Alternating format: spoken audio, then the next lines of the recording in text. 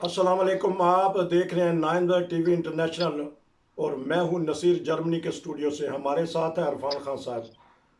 कल जर्मनी की खबरों पर तबसरा किया, पूरी दुनिया ने बड़ा पसंद किया, हज़ारों लोगों ने उससे फ़ायदा उठाया। यकीनन खबरें ही ऐसी थीं, आज भी हमारे पास ऐसी खबरें हैं आलमी तौर पर और जर्मनी की खबरें।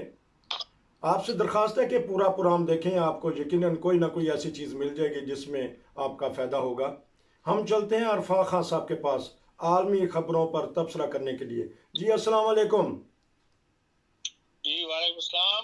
सर आपका शुक्रिया, पूरी दुनिया वाले आपको पसंद करते हैं। पैगाम आए हैं न्यूजीलैंड से, पैगाम है कि बहुत ही अच्छा नपा तुला तबसरा होता है।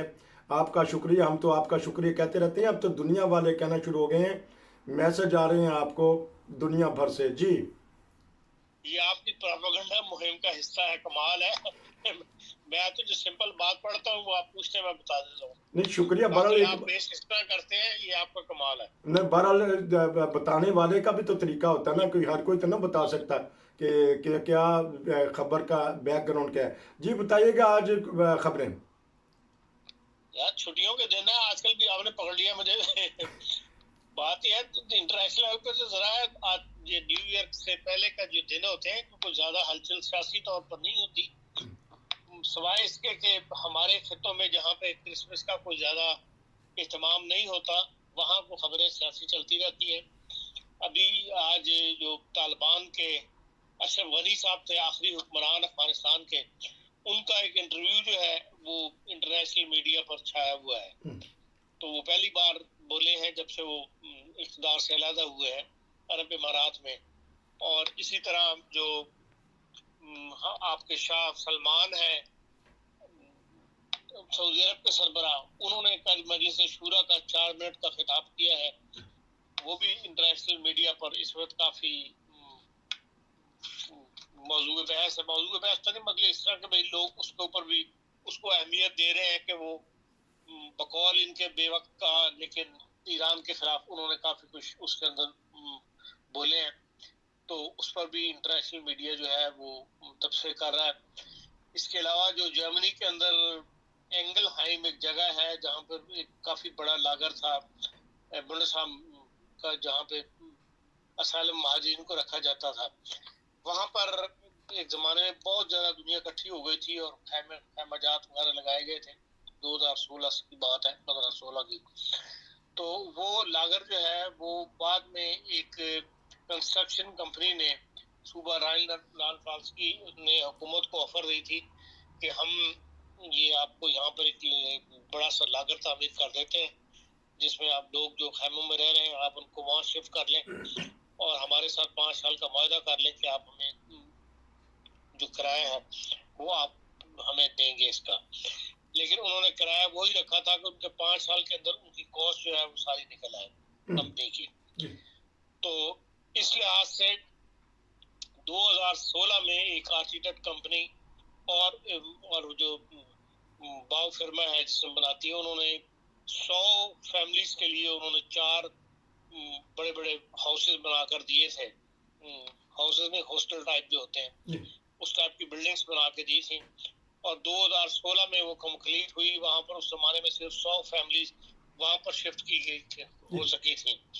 और बाद में फिर ये है कि वो असालम वालों को नई जगह मिल गई, बाहर असालम शिफ्ट हो गए, तो वो 17 से खाली पड़ी हुई थी। लेकिन जो मुआहदा था हुकूमत का वो उसके मुताबिक उसका किराया जो है वो अदा कर रही थी। अब वो इतने सालों से 5 साल के में से 4 साल खाली रहने के बाद अब ये है कि वो कुछ उसको इस्तेमाल किया गया है कोरोना के लिए, तो जो करंटीना वगैरह होता है उसमें लोगों को रखा गया था। लेकिन अब फिर दोबारा से खाली थी, मई से बिल्कुल खाली वो पड़ी हुई थी। अब हुकूमत ने फैसला किया है कि उसको जो है वो गिरा दिया जाए और इसको बकायदा किराया जो 5 साल का पे हो गया तो अब इसको खत्म कर दें। उसके ऊपर काफी लेदे हो रही है कि भाई सालिम के ऊपर इतना खर्च किया जाता है, हुकूमतों का खर्चे होते हैं और बाद में वो है सब जो है पैसा जाया जाता है। जर्मनी के तो लिहाज से एक ये खबर काफी अच्छा, तो ये गैर मुल्कियों को ये सहूलियात तो देते हैं, हम नाज़रीन को बता देते हैं कि यहाँ हुकूमत जो है वो टेम्परेरी घर भी बना के देती है, खैमा भी लगाती है और बाज़ दफ़ा लकड़ी के हट बना देती है, उसमें रहते हैं। तो जो अफगानी आने थे गैर मुल्की, उनको ये जगह नहीं दे सकते थे? एक खबर ये भी आ रही है कि अफगानिस्तान से जो इन्होंने बुलाने थे। नहीं, अफगानिस्तान के जो आए थे उनको उन्होंने एक मखसूस एरिया के अंदर रखा था, ठीक। इसलिए कि वो वहां से जिस हालत में भागे थे उसमें सबके कोरोना टेस्ट होने थे, सबके टीके लगने थे, जी। इसलिए उनको उन्होंने रामस्टाइन जो एयरबेस है उसके करीब ही एक जगह पे रखा था। और अब की खबर यही है कि उनमें से 5 अभी भी लोग वहां आ रहे हैं। और जर्मनी ने जो खबर दी है वो कल अभी 5,600 अफगानियों को उन्होंने वीजे जारी किए हैं जिन्होंने इत्तेहादी अफवाज की मदद की थी। ठीक। इसमें से 3,700 वीजे जो है इस्लामाबाद एम्बेसी ने जारी किए हैं जी। और 1,100 वीजे जो है वो नई दिल्ली से जारी किए गए हैं। जी। और 5,300 पहले जर्मनी आ चुके हैं, अब 5,600 मजीद आ गए हैं। तो जर्मनी ने 10,000 का कोटा लेना था वो तो इस लिहाज से पूरा हो गया है, लेकिन टोटल कोटा जो है वो 15,000 है जो जिनको इन्होंने इत्तेहादी अफवाज में मदद की थी। इनको दूसरे ममालिक में भी जो इत्तेहादी ममालिक थे अफवाज में शामिल थे उन्होंने लेने हैं 5,000 के करीब। और अभी उनके वीजे वगैरह लगने का प्रोसीजर जो चल रहा है और वो भी अनकरीब जो है जर्मनी आ जाएंगे। अच्छा, ये बताइएगा, हाँ जी, ये बताइएगा कि आपने कहा है कि इस्लामाबाद एम्बेसी, जर्मन एम्बेसी ने दिया है, उनके ऊपर तो बोझ है। तो ये जो बाज़ दफ़ा पाकिस्तानी जो यहाँ रहने वाले हैं वो अपने साथी को बुलाते हैं, बीवी को या मियाँ को बुलाते हैं, तो ये वजह भी तो नहीं है कि वो अफगानियों को वीज़ा दे रहे हैं और पाकिस्तानियों को पीछे रख रहे हैं जिन्होंने स्पॉन्सर किया है, मियाँ बीवी ने आप बुलाने के लिए कोशिश कर रहे हैं, उनको देर हो जाती है? थोड़ी इसकी बैकग्राउंड का पता है? देखें, जब भी इमरजेंसी होती है उसके अंदर इमरजेंसी में जब काम होता है तो कोई ना कोई चीजें इफेक्ट करती हैं। मुमकिन है, इसका इम्कान मौजूद है कि जो फैमिलीज वीजा वगैरह लग रहे थे वो कुछ डिले हुए हो और प्रायोरिटी जो है वो अफगानियों को दी गई हो, क्योंकि बहरहाल एक मुश्किल हालात में थे वो।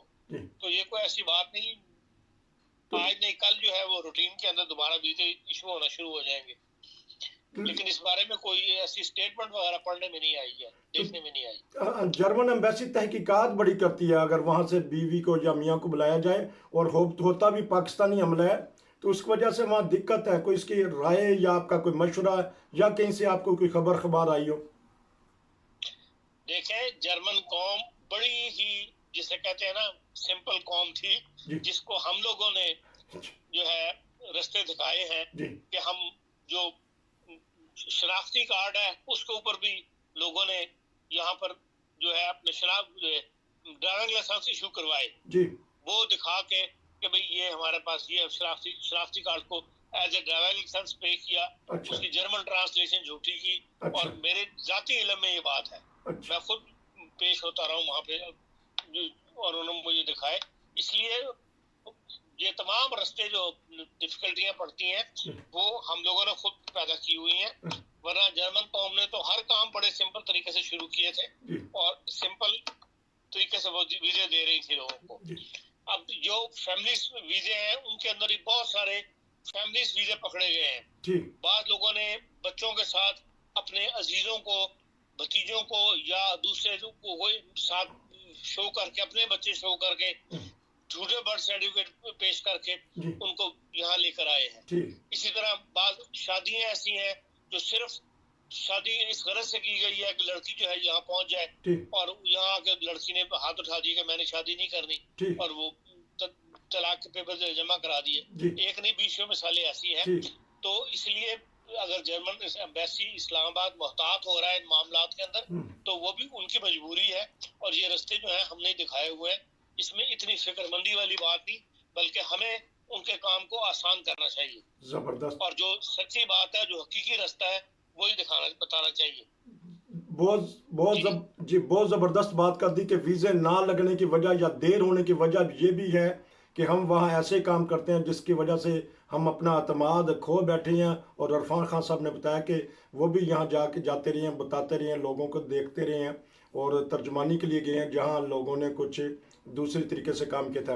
अब बताइए कि मैं ये नहीं कहता कि अक्सरियत ने ऐसा किया है, लेकिन जब एक केस भी इस्लामाबाद एम्बेसी में सामने टेबल पे आ जाएगा तो वो मोहताज हो जाएंगे और वो जाहिर है कि अपना तहकीक को दायरा बढ़ा देंगे वो। हाँ जी असाइलम के बारे में और वीज़ा ना लगने के बारे में इरफान खान साहब ने बता दिया कि क्या क्या मसाइल होते हैं एम्बेसियाँ किस तरह अलर्ट होती हैं और बाज़ दफ़ा आके इंसान को क्या परेशानी होती है। बहरहाल जिस तरह उन्होंने बताया अपने तबसरे में कि आर्जी तौर पर वहाँ उन्होंने अफ़गानिस्तान के लोगों को वीज़ा दिए ताकि वो जर्मनी आ सकें। नसीर को इजाज़त दीजिए, फिर मिलेंगे। अस्सलाम वालेकुम।